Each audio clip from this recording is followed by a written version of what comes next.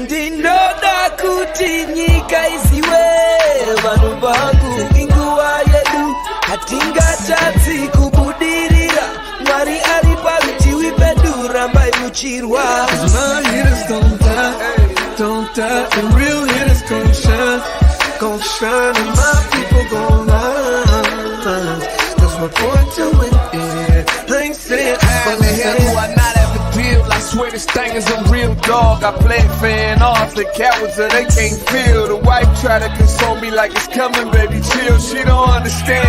I'm the only one that's real. I remember the third grade. Them kids, they had waves. I had them BDBs. You know that Zimbabwean bread. So they do shades and your boy hit the stage, press play, and all the chicks was like, yeah. While boys was moving bricks, I was moving chips. Yeah. If she gave me calculus, gave her a mouthful of it. Heat rose to this thing, boy, I bet on myself.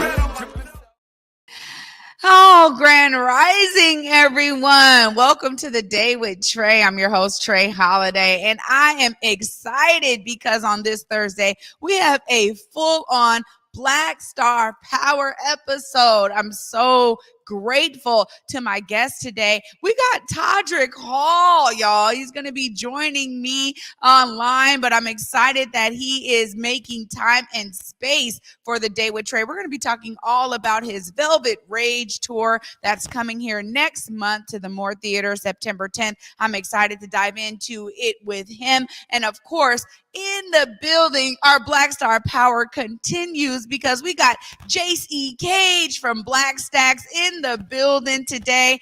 Jace is here going to be telling us all about Next 50 Hip Hop. There's a dope event, 2 days that's happening at Washington Hall, y'all. So I'm telling y'all, today is jam-packed with Black Star Power. But of course, you know it's the top of the show. So it's a great time to tag and share the stream. That's right. Participate with us. Go ahead, tag and share the stream with folks who you feel could benefit from a daily dose of dopeness right here on the Day with Trae. If you can't watch us, we definitely have you covered because you can listen to us also anywhere you find your favorite podcast. Just search Converge Media Network and the Day with Trae.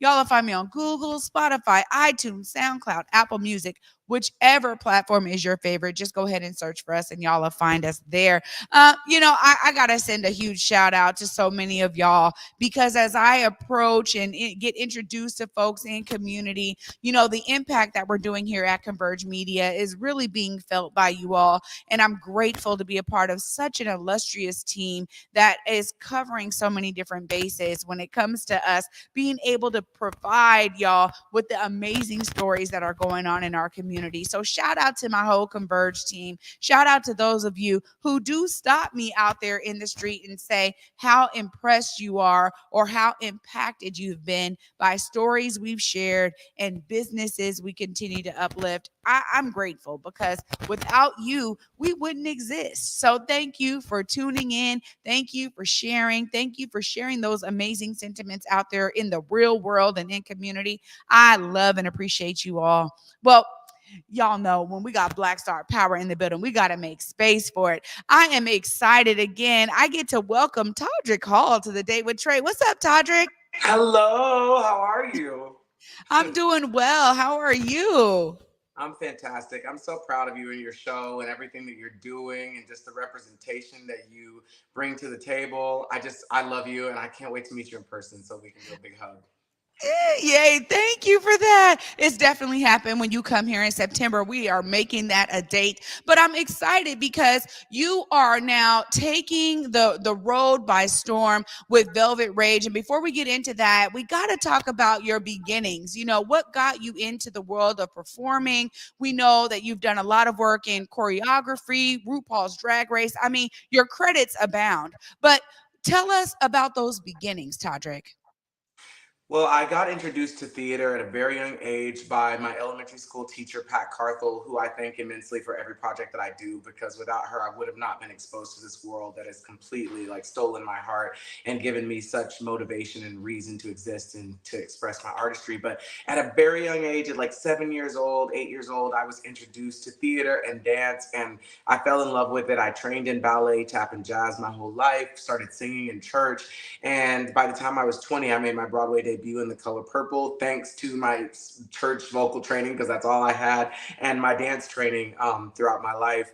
And I just, started falling in love with not just the art of dancing, but the art of storytelling through movement and what Broadway specifically brings. And then I took that love and kind of put it on YouTube and started making these crazy parodies based on things that I loved, like Broadway and theater and Disney um, and a whole bunch of like kind of theater nerds started to follow me and helped me build this platform on the internet. Wow. Well, I mean, a lot of folks have been able to see your talent because you did bring it out to all of us. So thank you for that. I'm a proud mom because I'm a thespian myself, right? So I'm with you on that when it comes to theater, and I'm so grateful because it really gives you such a firm foundation, and that is continuing in my son who's 9 years old, and he is in the Teen Summer Musical this year. He told me months ago, he said, "Mom, I want to act." So I got him right into it, and he is so elated. They're going to be opening up this Friday. But when you talk about theater, it really is about storytelling, and specifically storytelling through movement. There are some sharp moves that you can do that really cut right through to the audience to really convey that mood. How do you utilize all of the talents you have to continue your forms of storytelling? I just try to captivate people on a completely human level. I try to, my that same teacher told me once before, if you can make people laugh and if you can make them cry, you will have a fan for life.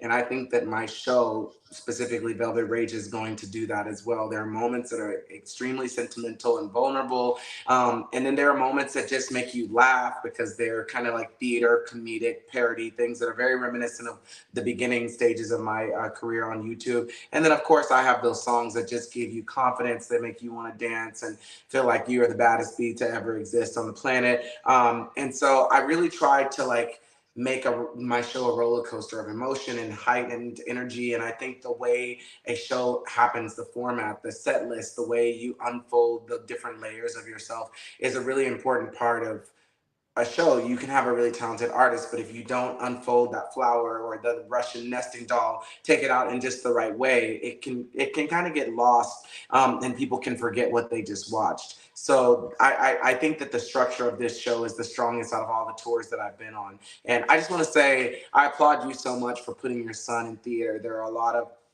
people, specifically in the Black community, it was a very huge deal to the people that were at our church and at our school and in our close knit family circle when my mom decided to put me in dance, because it was something I was really passionate about. And I just love parents who are willing to see their kids as something other than just a basketball or football player athlete. We as Black people can be so much more than just that. I think it's incredible that we completely dominate the sports industry, but I love the fact that, nobody can sing or dance like we can. It's just something that's innately in us. And I love when parents put their kids in that, especially young boys, because there are a lot of people who are so afraid of that. And I just love that you're not. So I just wanted to say thank you. That warmed my heart. Oh, yeah, no, I definitely not am not afraid. And it's so cute because my mom just told me yesterday, she said, because he plays football too. And he went to his football coach. He said, next year, I'm not playing football because I'm going to do only theater. And the coach was like, well, you could do both like you're doing this year.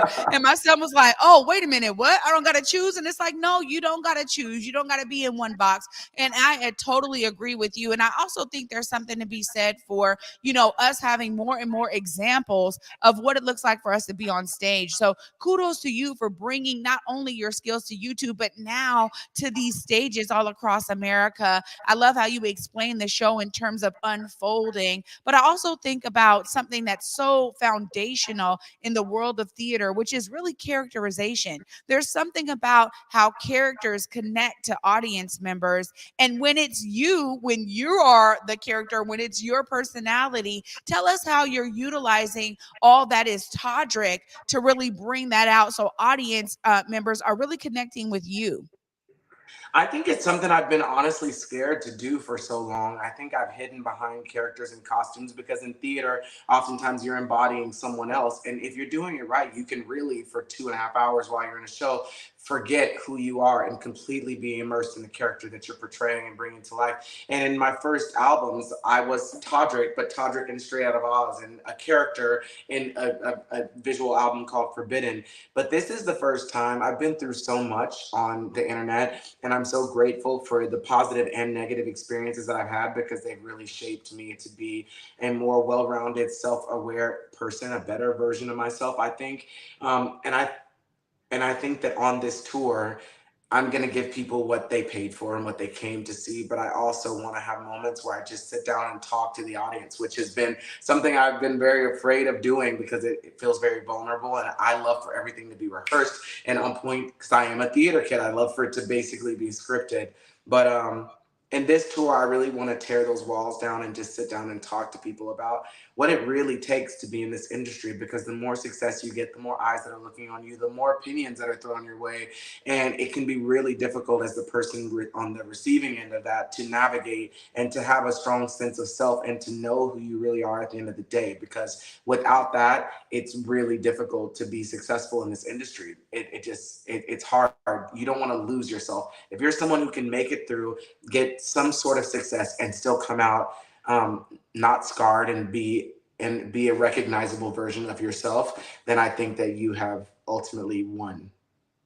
Oh, I love that message, Todrick, and I think it's so true, particularly nowadays where we have more and more access and exposure to the lives that, celebrities lead and that folks in the industry have because of their social media platforms or because of us being able to, connect with them in these different ways. But oftentimes, I think what I'm seeing actually is a trend of folks who are being more and more vulnerable and coming out and sharing certain things around, look, maybe it was cool for me to shake my tail back then, but now I'm a mother and now I'm thinking about my baby when I'm out there, but people know me to shake my tail. And you see that people are starting to come out and really express more and more of this layer of vulnerability, which I think is so key to being real in the midst of, putting on these major shows and being able to, perform for the audience. So much of it is about them really connecting with you. So, kudos to you. Congratulations for you to say, I know that I need to make space and time on this tour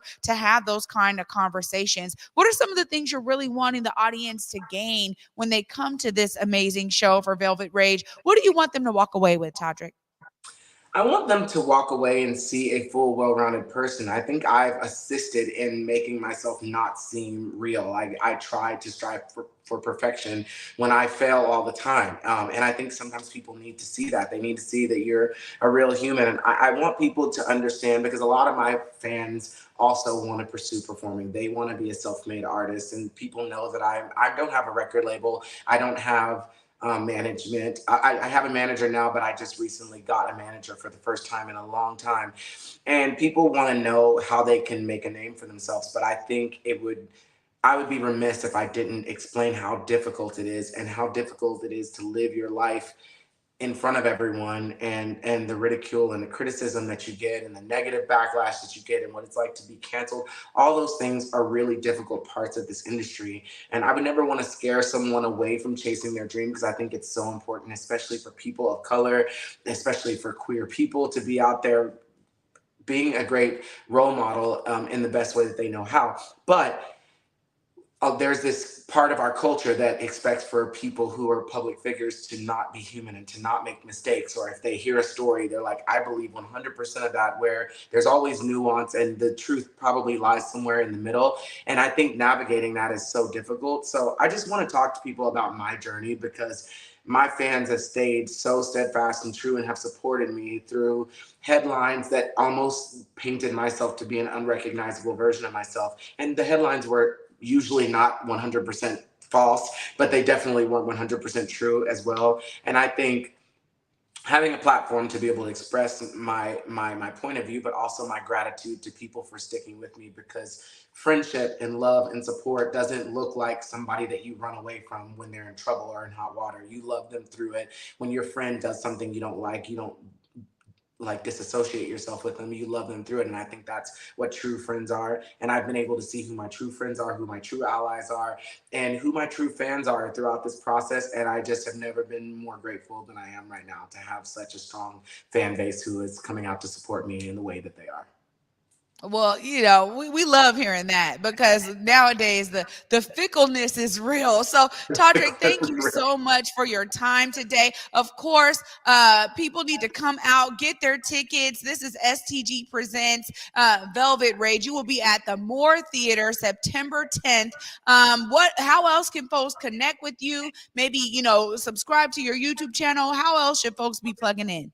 Yeah, just follow me. I'm on all of the platforms except for Twitter.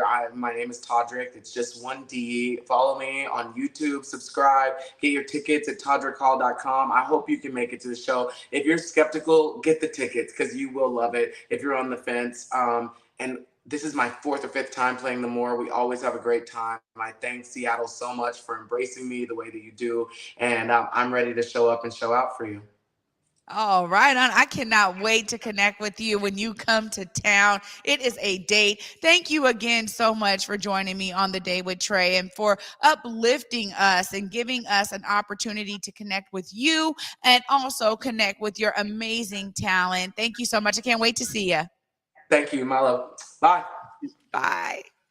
Wow, what an amazing start to this Black Star Power Thursday. Of course, it gets to continue because my brother Jace E. Cage is in the building with Black Stax telling us more about Next 50 hip hop event that's coming your way this weekend. Y'all, stay tuned. You're watching The Day with Trae. I just want to encourage people to really believe in yourself, even when nobody else does. Because it's going to be like that. It's going to be like that. The people that you feel like should be supporting you when you first come out the gate, they may not support you. Your family, your friends, they may not get on board until you're successful or whatever. But just keep going and believe in yourself. Support yourself first, and the support will come. The reciprocity will come. But if you don't do it for yourself, you can't really expect anyone else to do it for you. So my biggest piece of advice is you show up even when no one else shows up. You just keep showing up, because that consistency tells the universe that you're serious. And then you'll look up one day and you'll have all the support. You'll have more support than you ever thought was possible. So yeah, believe in yourself.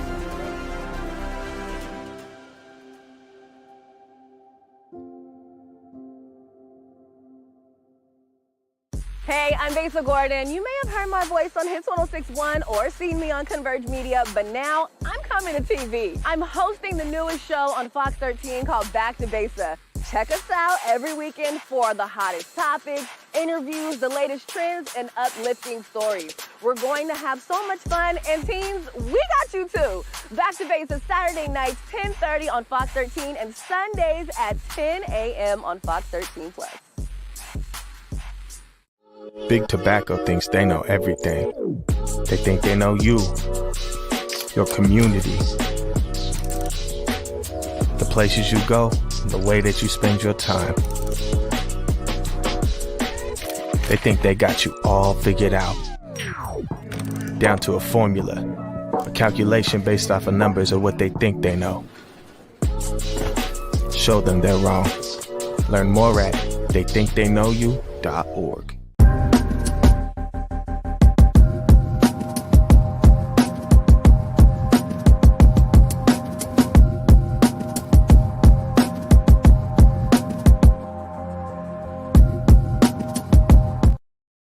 Welcome back, everyone, to The Day with Trae. I'm your host, Trae Holiday. Joining me right now is my big brother, Jace E. Cage with Black Stax. What's up, Jace? Oh, you know me. I'm black and alive. It's a beautiful day to be here. Always. Yes, It's always good to have you. And, y'all continue to be engaged in the music community and the hip-hop community here. But this is a big year for hip-hop. Absolutely.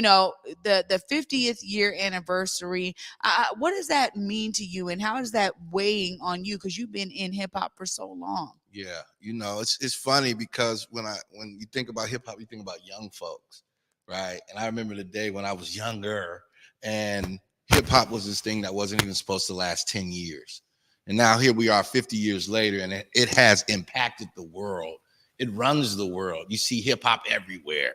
And so just being a member, a contributor, a supporter, a fan, it's really heartwarming to just say, hey, we made 50, now we got 50 more to go. So let's plan for the next 50. So happy anniversary, hip hop, and thank you to the world for embracing this culture. Yeah, I mean, this is it's so much more than embracing. It is like this is a major driver of culture, and I love how you said that too, because hip hop is everywhere. And it's the influence. I always think about how it really originated with the Black lived experience. Absolutely. 100%. Absolutely. And the influence that, our lived experience has had in culture and particularly in hip hop is so key. You can't really dissect one from the other. When you think about the ways that hip hop has proliferated over the years, what are some of those kind of high key points for you? Well, I think, you hit on something. First of all, we need to recognize and give credit to where it came from. And it's still the culture that is mimicked the most around the globe. When people talk about hip hop, they're talking about Black folks. They're talking about what we go through, how we walk, how we talk, what we eat, what we wear. You know what I'm saying? What's our style for the day? And I think for me, the biggest thing is, watching how it's influenced education, how it's influenced health, how it's influenced conversations about social justice, how it's talked about in ways that lead to entrepreneurship. These are beautiful things to see from a culture that wasn't supposed to be here or wasn't supposed to last. And now it's interesting now because it's also so commercialized. I say it's commercialized, it's homogenized, it's been watered down a little bit. So now you got people that argue about what is the root of hip hop. Oh, everybody contributed. No, everybody didn't contribute, but that's okay. You can still be a part of something, even though you didn't start it, But as you travel the globe and as you see young people, older folks that are tied into going against the grain and knowing hip hop is at the root of that for a lot of people, it's just moving. Yeah. Hip hop is it's a bad thing.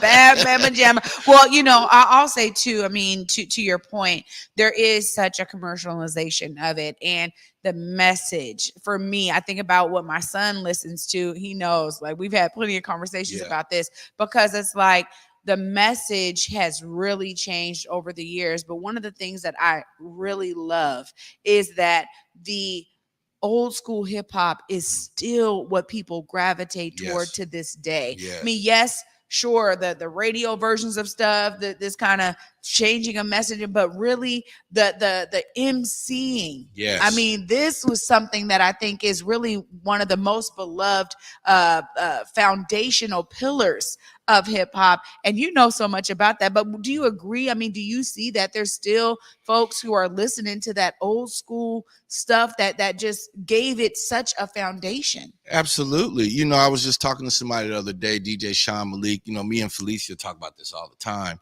But it's like, what are they mimicking now? Are they mimicking the golden era of hip hop? Or are they mimicking when it became the most commercial era of hip hop? And I think those that are true to a culture, they're always going to be true to what moves people in a way that's authentic and not just paid out, if you will. Like, we can heavily promote something, but, I was listening today to Self-Destruction, and I was like, listen to this message. This message still applies today. Like, and this is this kind of stuff we need to hear. We need to see the diversity in what hip hop is, not this monolithic way of you only do this over certain BPMs. This has to be the messaging, and it has to be death, destruction, hate, and separation. Hip hop was created out of peace, love, unity, and having fun. And it told the story of Black folks that were struggling in a community and they had no voice, but this was our outlet. And now the rest of the world gets to see that blueprint and follow it. So yes, I agree that emceeing plays a role. I tell cats, just because you rap don't make you hip hop. Right. You know what I'm saying? Just because you dress a certain way or talk a certain way, that don't make you hip hop. What is your responsibility? What is your accountability to the culture that's going to move it forward? because one day we all have a time stamp. But when my time is stamped, I want to know that hip hop is still in good hands, that people are still loving it for what it's worth and what it's for, which is bringing people together, talking about things that some people are uncomfortable with, and finding ways to spread love and not hate, but do it through truth and honesty and using the rhythm of the music. Oh, that's so important. I mean, Yeah. when you're talking about listening to self-destruction, I was reminded, I just came back from Kemet, ancient Egypt, and I just so happened KRS one a song that he did. He was going in, and I'm like, you were talking about the stuff I was just in Kemet learning, Yes. or getting a deeper understanding of, because I knew it going Yes. there, but getting a deeper understanding way back when, the ideas that have been formulated over amazing beats over the years of hip hop is some of the stuff that for me is like top tier. Right. And that's what I love, because I'm seeing that people still have a real firm respect for where it came from and for the original messages that were really embedded in the music. And I love being able to see how this year we're seeing everyone come back. Yes. You're seeing all of these, you got a whole tour of all the folks doing their music again. And it's beautiful because these tours are selling out. Yes. As if it's like they just dropped an album and they're doing stuff that they did 20, 30 years ago. That's the brilliance of it. But here we are talking about the next 50, in hip hop. And tell us more about this event that's coming up this weekend. Well, you hit on so many good things, Trae. I be wanting to just talk to you. So, okay, let me get to what I'm here for, right? But what I'm here to do is to talk about the next 50. The next 50 is a 2-day event to celebrate the legacy and envision the future of hip hop. This was something I had a conversation because I was like, it's cool to do all this performance, but what's the conversation? What do we want to see? What are our demands moving into the next 50 years? Now that everybody is benefiting from our culture, what are our demands? What do we want? And so I was just like, I don't want to just perform. Even though there's messages in the songs, how do we have a bigger conversation? How do we include the intergenerational piece? Hip hop is from 8 to 80. How do we get those 8-year-olds, but we also get those 60-year-olds to sit in a room and talk about, this is what we did. Now this is what we need to do. And we're here to support you. So I was able to sit down with Nikita Oliver, one of my favorite people on the planet, right? And we were able to talk about not just performance, but what we could do to bring in that intergenerational conversation. Let's have some workshops. Let's have some panels. Let's talk about what hip hop is. How do you view hip hop? Is hip hop just commercially accessible to the world? Is it a culture? Is it something that we need to have a legacy for? Is there accountability? What are the young people thinking? What do they want to see moving forward? In a place like Seattle, do we have a radio station that's dedicated to the local music that we champion so much? Are the DJs playing it in the nightclubs? Are we hearing it in the mixtapes? Are we hearing it in the barbershops, hair salons, weed dispensaries, coffee shops? All of these places are signature to Seattle. Now, if that's signature to Seattle and we're all mimicking hip hop, then what's the signature of Seattle to the rest of the world? And what is it that we need to do together to build an alliance that is strong enough to stand the test of time, but also prepare us for the next 50? Well, this is so key. Jace, you're absolutely right. Performances are one thing, but having these deeper conversations that allow for folks to walk away with a shared understanding about how to move it forward is so necessary. I love this because it's clear that you want people to be engaged and to actually contribute to these discussions.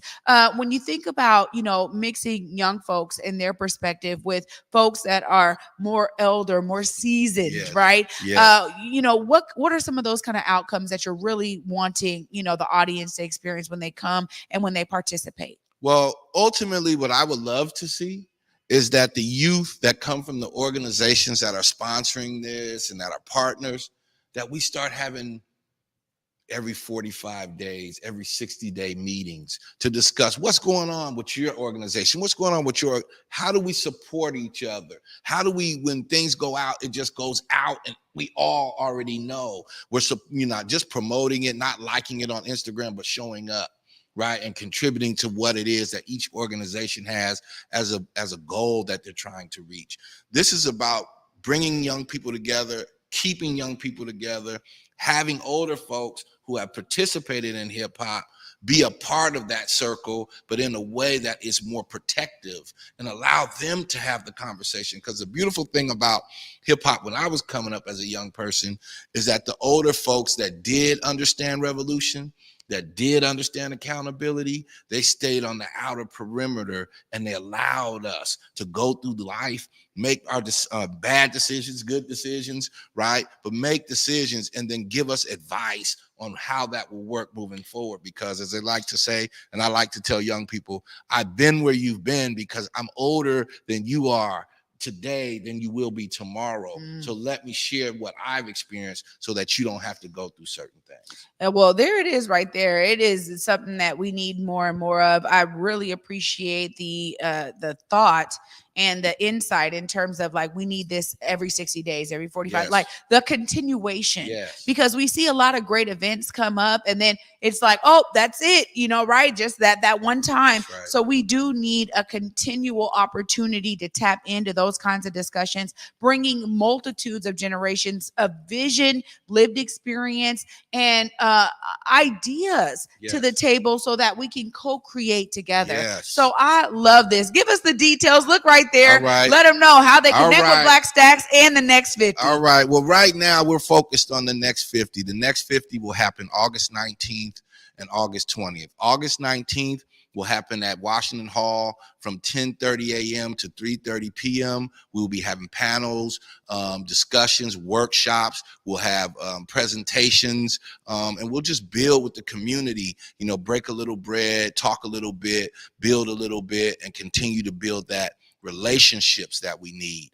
Later on that evening at KEXP Courtyard, it'll be the performance, it'll be the celebration, it'll be the culmination of what the day was. Bring all that energy to KEXP Courtyard, headlined by the one and only legendary MC Sa Rock. It will feature artists like Black Stax, Real Be Free, I Am Shamel, Oblay Reed, Yidam Sack, DV1, Gifted Gab, who else? Abison Creole. I'm just trying to remember everybody. If I forget you, don't it's not personal. Who else are we thinking about? We got organizations involved like The Residency, Totem Star, Hip Hop is Green, Converge, The Good Foot Collective, Build 206, KEXP, Creative Justice, Mira PR. Who I'm missing so many people, but no disrespect. And that's just the first day. That's just a day to warm you up, get you ready, get you excited to continue this conversation that we will have moving forward for the next 50. August 20th, we'll be back at Washington Hall. This will be a community event where we feed the people. Part of hip hop's responsibility is to take care of the community that we come from. We cannot succeed or fail on our own, so we need one another. So from 11 a.m. to 3 p.m., we'll be having blood works there. There'll be a dental truck there. There'll be young performers there. There'll be a town hall with young people speaking. There'll be a cipher. There'll be a B-boy battle, B-girl battle. There'll be us in a place together, building on what we want to see for the next 50 in hip hop, music, culture, lifestyle, and what we do around the globe.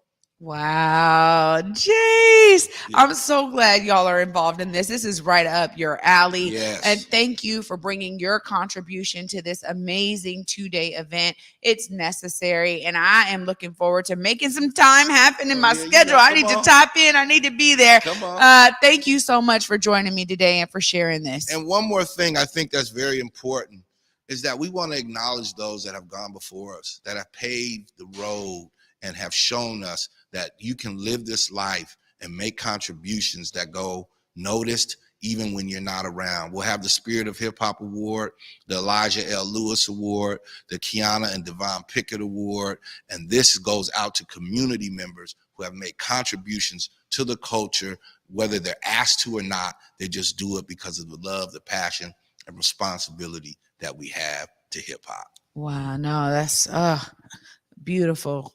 Beautiful and necessary. Yes. Jace, Thank you. Always a pleasure. Trae, Always. I love this show. I love what Converge is doing. Thank you for being here. Thank you for giving voice to the voiceless. Thank you for giving vision to those that can't be in the space, but get to watch it through your lens. And you always tell the truth, and we always appreciate it. And we love Converge, and keep doing what you're doing. Thank you, brother. I got you. Absolutely. Oh, y'all, I'm going to wrap up all of this amazing Black Star power energy. I know we went a little over, but it was necessary. Y'all just stay tuned. Right after this short break, we'll be right back. You're watching The Day with Trae. I just want to encourage people to really believe in yourself, even when nobody else does. Because it's going to be like that. It's going to be like that. The people that you feel like should be supporting you when you first come out the gate, they may not support you. Your family, your friends, they may not get on board until you're successful or whatever. But just keep going and believe in yourself. Support yourself first, and the support will come. The reciprocity will come. But if you don't do it for yourself, you can't really expect anyone else to do it for you. So my biggest piece of advice is you show up even when no one else shows up. You just keep showing up, because that consistency tells the universe that you're serious. And then you'll look up one day and you'll have all the support. You'll have more support than you ever thought was possible. So yeah, believe in yourself.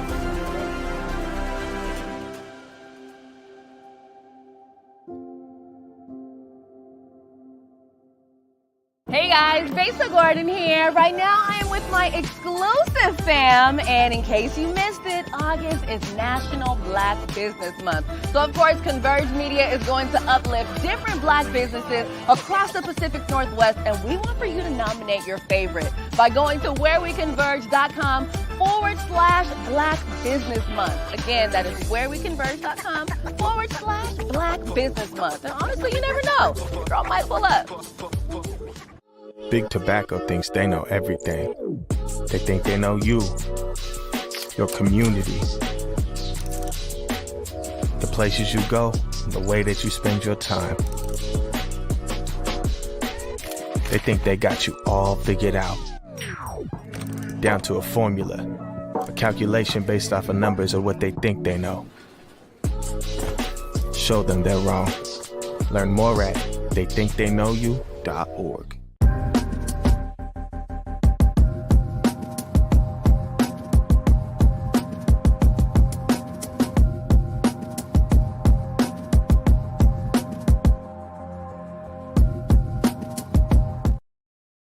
Welcome back, everyone, to The Day with Trae. I'm your host, Trae Holiday. Huge shout out to my guest today for this Black Star Power episode, Todrick Hall, giving us all of the insight to his Velvet Rage tour. And shout out to him for saying, I'm making space to have these vulnerable conversations and make sure that those in the audience understand what it takes to get to where he is.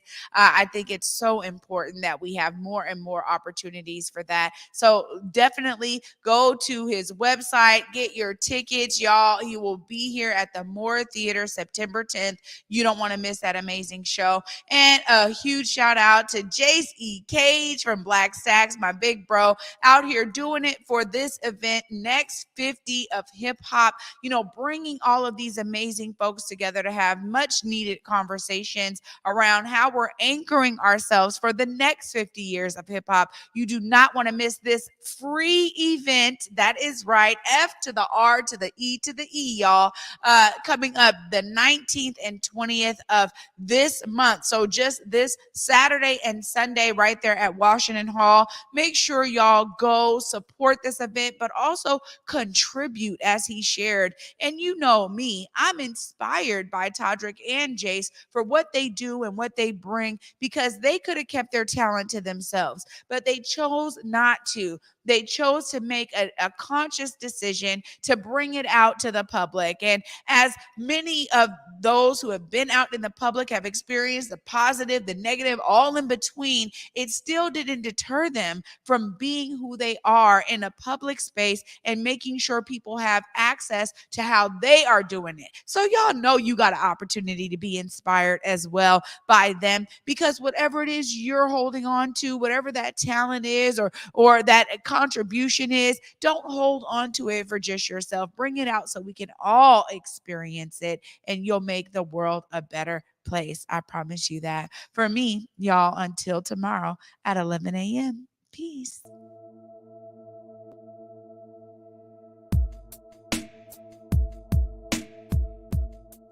Converge Media produces culturally relevant content for Black and urban audiences. Our coverage is raw, transparent, and objective, praised by community leaders, government officials, and residents. Support Converge Media today via Venmo, Cash App, or PayPal at Converge Media.